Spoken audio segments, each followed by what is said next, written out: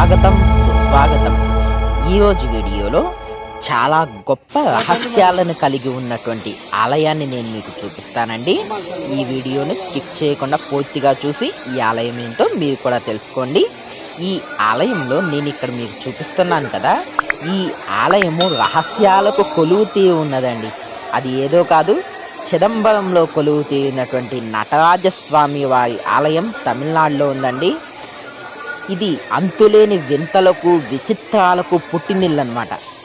ఈరోజు పొద్దున పూట ఏమైందంటే, స్వామివారి గుడి ముందు ఉన్నటువంటి నటరాజస్వామి వారి విగ్రహం పైన మాత్రమే వర్షం పడుతూ ఉందండి. మిగతా విగ్రహాలు ఎక్కడా కూడా వర్షం పడట్లేదు. కింద కూడా ఒక్క చుక్క వర్షం కూడా పట్టలేదండి. నటరాజస్వామి విగ్రహం పైన మాత్రమే వర్షం పడుతుంది. స్వామివారి విగ్రహం కింద మాత్రం అసలు తడి కూడా లేదండి. అటువంటి అద్భుత దృశ్యం అనేది ఈ చిదంబరంలో చోటు చేసుకుంది.